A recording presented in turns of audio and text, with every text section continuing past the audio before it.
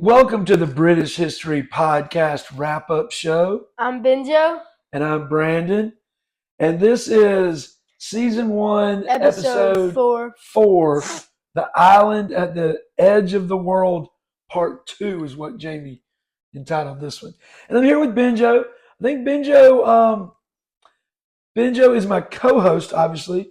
But Benjo, I'm going to give you a promotion to producer of this podcast. You're the producer. All right. Is that welcomed? I mean, no. Oh, sorry, I had my mic off. My mic was too low. What do you mean, producer? We do this, but you're the producer in charge of editing and getting it up to speed. And I mean, it's not that hard. It's hard for old people, but this guy knows what he's doing. Anyway, Benjo,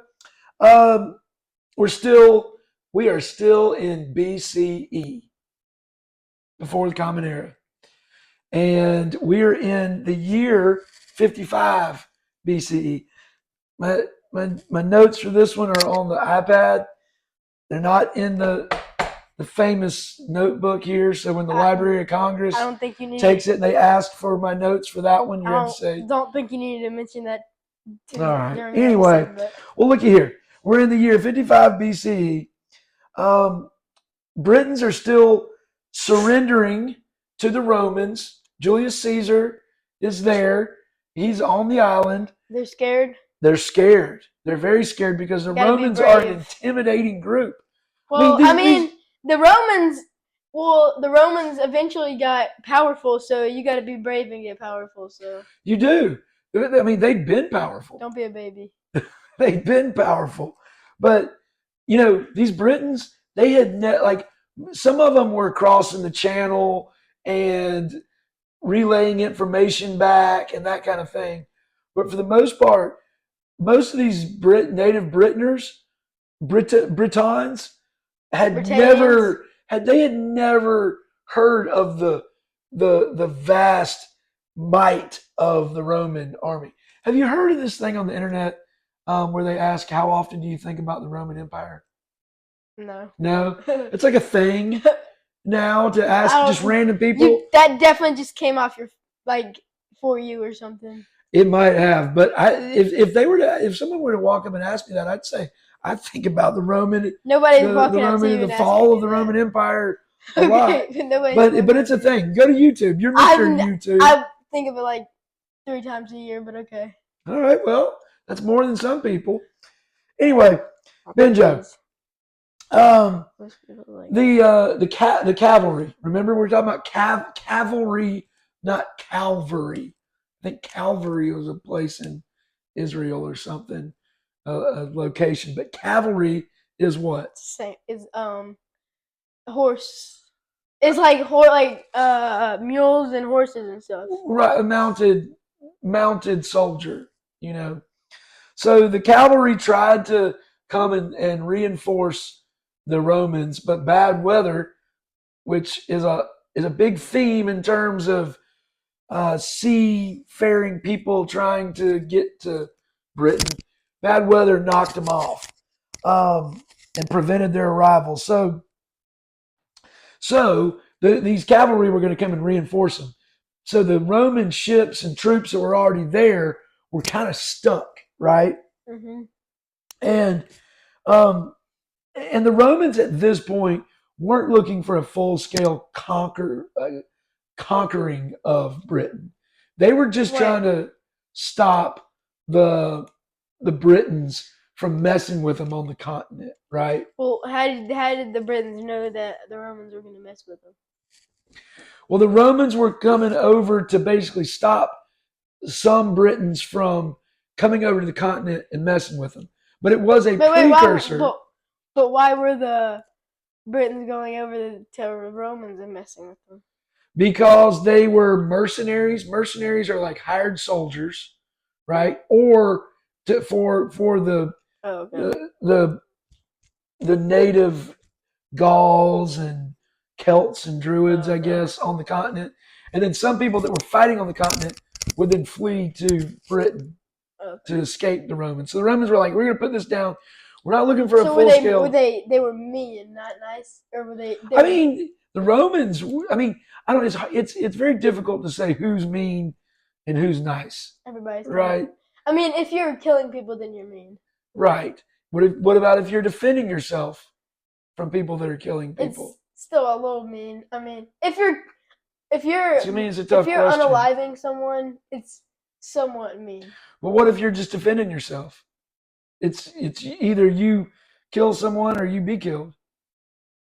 Or you run or something. I mean, it's a good question, but anyway, the Romans were. This was like a precursor to okay, maybe we will conquer in the future, right? So remember what I told you about the Roman legions? They were the big groups, 5,000 soldiers. Oh yeah. Like yes, groups of soldiers. Yes. Right. So anyway, these Roman troops, they're kind of stuck on the island near Dover, I guess, still, and near the shore. It's not a great place to land, not a great harbor.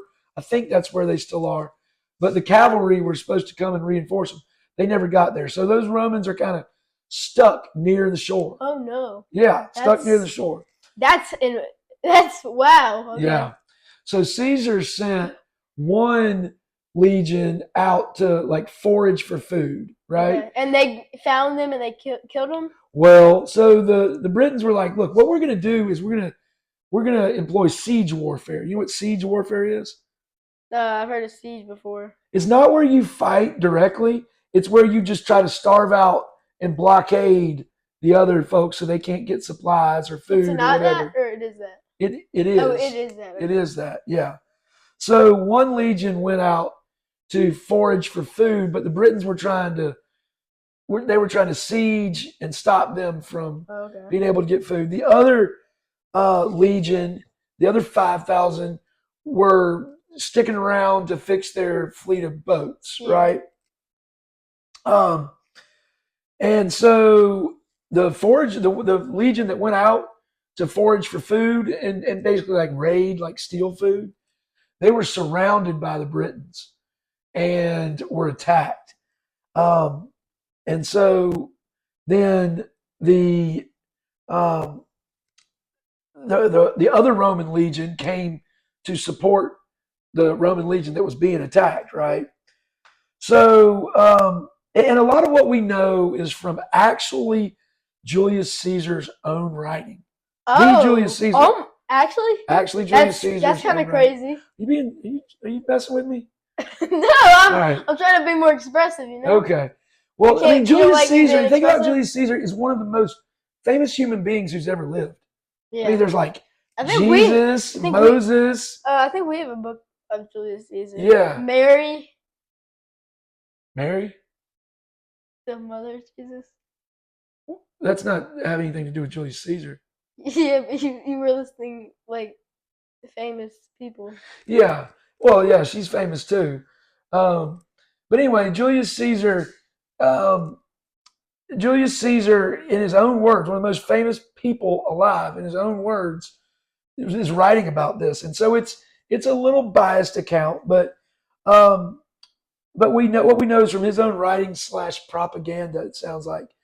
So the Britons saw the Romans hide behind shields, and the Romans weren't really engaging in hand-to-hand combat. They didn't have to.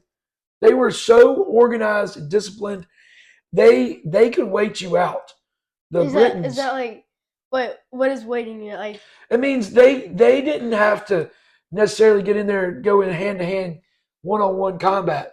They could, as a machine, as an organized team, go in there and slowly and methodically take over. Oh, so they're like really good. Oh man, they were so. They have like all the strategies. Right. Okay. Right.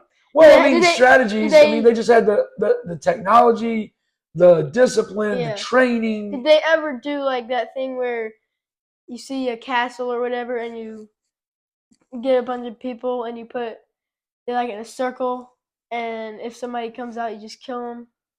Yeah, I mean, I'm sure they did. What's that called? You're talking about siege warfare? I'm talking about where like you surround I mean, that's kind of there. I mean, that's a type that you could siege that way, or you could attack on the castle. But they didn't have these type of. They had some hill forts and they had um, okay. Roman defenses, but it wasn't castles like we think of. I don't think. Well, I'll just talk like houses or something, whatever. I'm not.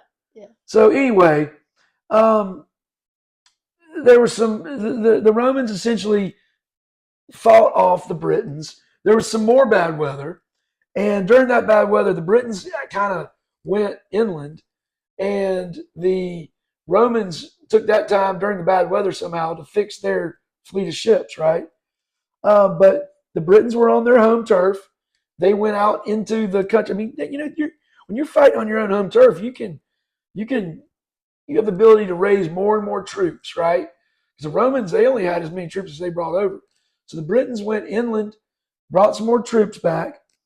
Um, but still, even though the Britons kept bringing more troops, the Romans overwhelmed them. The Britons turned and fled. Um, and then the Britons made the mistake of trying to fight Caesar on the Romans' terms, like hand to hand combat. They thought they had enough people where they could fight them, but you just couldn't. You're do never that. gonna have enough people to fight the Romans. I mean, not unless I mean, unless you got a lot of people. But back then, I mean, Julius Caesar. right. Heck no, bro. Not like head to head combat. That you could do more guerrilla type fighting and be successful, but I mean, it would have been incredibly difficult for anybody Yeah. to beat the Romans head to head, right? So, so the Britons, they retreated again in their chariots, and the Romans didn't have enough speed to chase the chariots around. Um, but the Romans just went to destroying everything Okay. wherever they were, closer to the coast. I guess That still. turned very aggressive. Yeah, well, and it was shocking all like the Britons had never seen. They were like, "Whoa, we've never seen this type of destruction, this type of like war strategy, Yeah. right?" So the Britons were shocked. They surrendered. They gave some hostages, or at least they had agreed to give hostages, right? And at this time, you think of the Britons as a bunch of individual little tribes, right? Mhm. And so they said, "Look, we'll surrender. We'll give you hostages." But when it came time to give the hostages, only a few of those tribes actually gave hostages. Oh, Um, and the Romans left in a hurry, but claimed victory to Rome. So They they surrendered. No, they just left. They left, but they went back and they told Rome, "Look, we won." Oh wait, Britain said they won. Well, no, Rome went back to the continent Oh, and Rome sent went. word to Rome. The Romans Oh, did. okay. I thought you The were. Romans did. Okay, I thought you were saying the Britons went back, and I meant the Britons sent a message to the Romans saying No. that they won. The Okay. Romans sent a message to Rome. Now, the Britons probably thought, look, this was crazy. They came and destroyed a bunch of us, but we still, like, they didn't conquer us, right? Yeah. So, I mean, we took a lot of casualties. But anyway, in Rome, uh, I don't know if Julius Caesar went back to Rome, actually went back to Rome, but in Rome, those legions that conquered were given a 20-day supercatio, I think is what Jamie, how he referred to it, What is Supercatio? which was a very long celebration, kind of a somber celebration. It's like sad celebration. Well, I thought kinda. supplement sad. It does. It does. That's a good question. Wait, why would they have a sad celebration if I they don't just know. won war? I don't know, but it was some type of recognition, Okay. which is a 20-day recognition, which was almost unheard of. So what that was showing was how much Britain meant to be at least attacked. Yeah, I was confused when I read it. I know. I kind of am too. That's why we do this wrap I up was show. saying like when it said B, can you shorten it? Yeah. Oh, okay. Well, I'm trying to. I was typing on my phone. No. I was just wondering. So, Britain, Caesar was like a rock star in Rome. Okay. And Britons would have won if they were better organized. I mean, they certainly had the numbers, but I mean, coulda, shoulda, woulda. You know, I mean, the Romans came over with 10,000 people, basically. And there were, at this time, over 1 million people on the island of Britain. Mhm. Now, you would have had to muster troops from all over the island.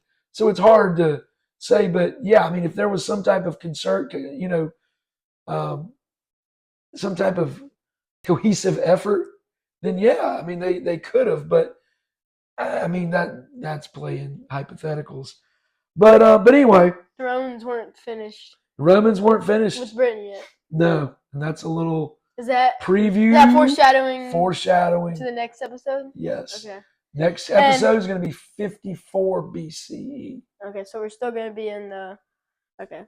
We're And going to be in BCE for another few episodes. Yeah, and you might not have one on you right now, but we should do like a one or maybe like a trivia question or two every episode. So like when people listen to our podcast, they can. I like that. Do you have any or no? I don't have any, and you know what? That brings write, me to. Jamie used to do these things called the pub quizzes.